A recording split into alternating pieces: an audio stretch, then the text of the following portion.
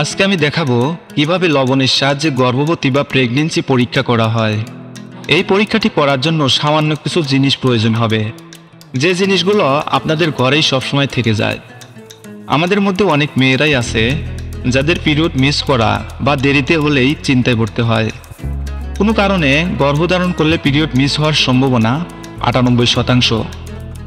এই সময় প্রেগন্যান্সির জন্য কেউ মানসিকভাবে তৈরি থাকে না, আবার কেউ দোকানে গিয়ে প্রেগন্যান্সি কিট আনতে লজ্জা পায়।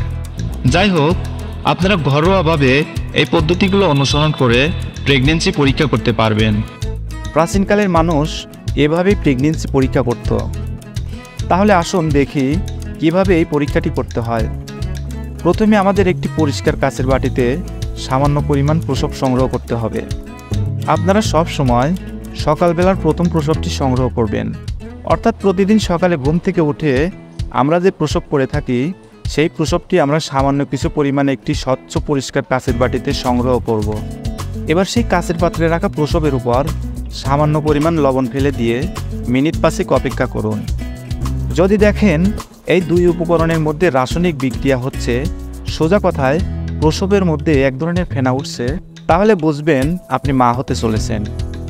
আর যদি দেখেন কাচের পাত্রে রাখা প্রসবের মধ্যে কোনো রকমের ফেনা বা রাসায়নিক বিক্রিয়া হচ্ছে না, তাহলে বুঝতে হবে আপনি গর্ভবতী নন।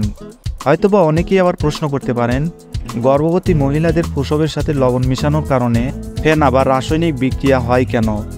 এর কারণ হলো, একজন মহিলা যখন গর্ভবতী হয় তখন তার শরীরে প্রচুর পরিমাণে HCG হরমোন বৃদ্ধি পায়। আর এই হরমোনের সাথে যখন লবণ মিক্স করা হয় তখন সাথে সাথে সেখানে এক ধরনের ফেনা বা রাসায়নিক বিক্রিয়া সৃষ্টি হয়। ফলে আমরা এটা দেখে অতি সহজেই বুঝতে পারি একজন মহিলা প্রেগনেন্সি হয়েছে কিনা। অপরদিকে যে সমস্ত মহিলারা এখনও গর্ভবতী অথবা বাচ্চা কনসেপ্ট হয়নি, তাদের শরীরে কোনো HCG হরমোনের উপস্থিতি দেখা যায় না। ফলে সেই সমস্ত মহিলাদের প্রস্রাবের সাথে লবণ মিক্স করলে কোনো ফেনা বা রাসায়নিক বিক্রিয়া তৈরি হয় না। এভাবে যে কেউ ঘরোয়াভাবে লবণের সাহায্যে প্রেগন্যান্সি পরীক্ষা করতে পারেন।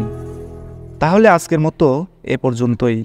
সবাই ভালো থাকবেন, সুস্থ থাকবেন ও নিজের শরীরের যত্ন নেবেন, এবং স্বাস্থ্য সম্পর্কিত নতুন নতুন তথ্য পেতে আমাদের এই চ্যানেলটি সাবস্ক্রাইব করে রাখবেন।